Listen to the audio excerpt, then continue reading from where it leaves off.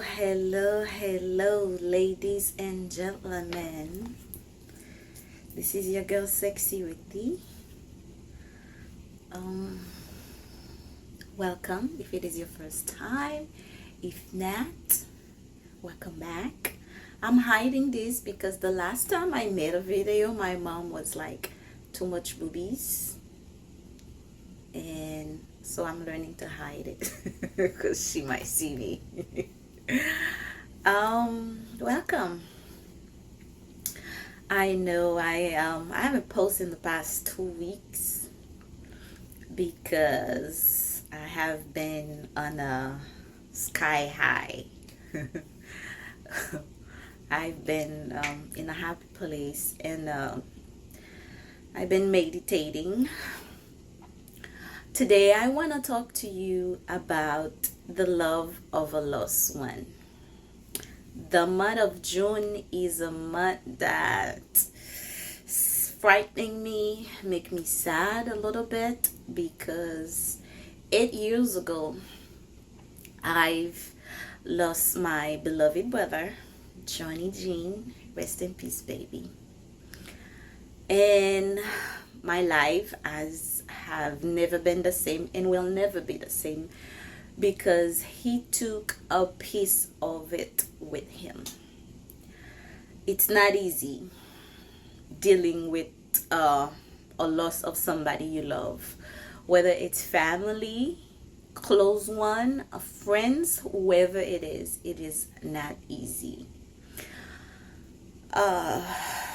His death happened really tragic. It was very tragic. He got hit. He hit a car that was backing up. He hit the car. He was in his motorcycle. He was riding his motorcycle and he hit the driver and flew 250,000 feet. It was really, really painful and really bad. He's supposed to pass away immediately, but we serve a powerful God. God knew we needed to spend a little bit more time with him before he left. I really didn't want to make this because I do not want to cry. But it's not easy talking about him. So this year I have watched my friend who lost her son. Beatrice lost her son and it was very tragic. I cannot even begin to think about what it feels like to lose a child. I watched my mom go through it and she have lost her mind, and we have been patient with her ever since because I watched her. Like I was there when she was denying that he passed. She kept saying, I remember the days after he passed on a Friday. I remember that Sunday, that Monday, she was just interesting about Facebook because we were on his Facebook page, showing her the pictures or the good stuff that he posted. He was mama's boy to the core.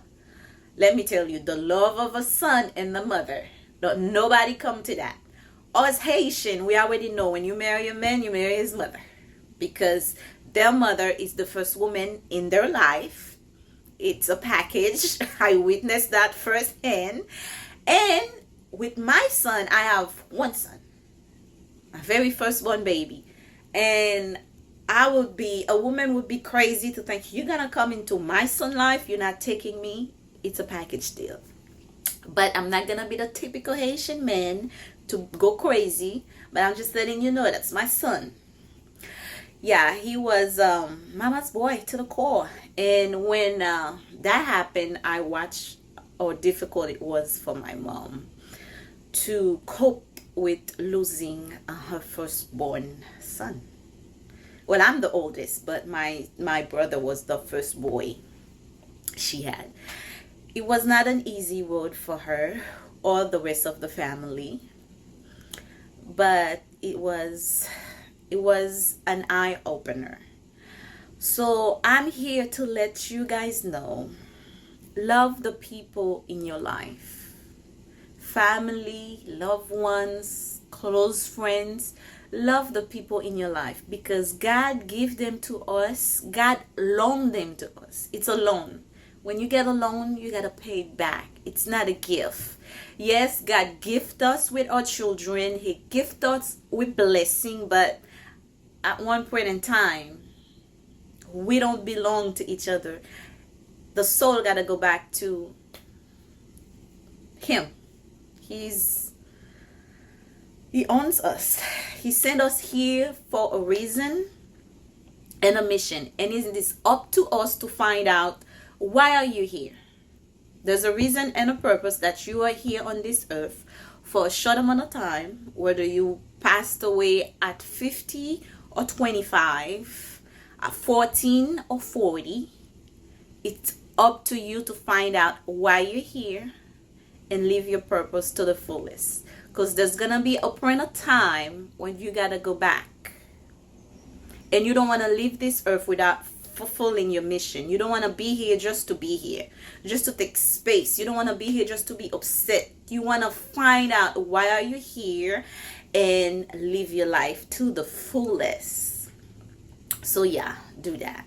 Find out why you're here, sis or brother, if you're listening, and live your life to the fullest. And find a way to cope with your loss, because the loss of a loved one affect you really deeply, really deeply. I know for me, when it happened, I became a shopaholic. I would just shop my butt off, shop every week. I would lie and open credit cards that I have no business opening, just telling people, yeah, I make this and that, just so I could have the money. But I was putting myself into debt. Then I realized, you know what? My brother and I, we used to argue. I'm the sexiest one in the family. We used to argue a lot. So I turned that energy into working out instead of shopping, day and night and so forth like that. So I choose to work out. That's when I began going to the gym, or I started working out from home. I turned my negative thoughts into something positive, and I'm still doing it. Whenever I feel like crying, or I miss them, or by the way, this is something that you are never gonna be healed 100%. It takes time. You go to different process. When you go to denial, you go to a lot of process. You grieve. You have to grieve. You have to cry.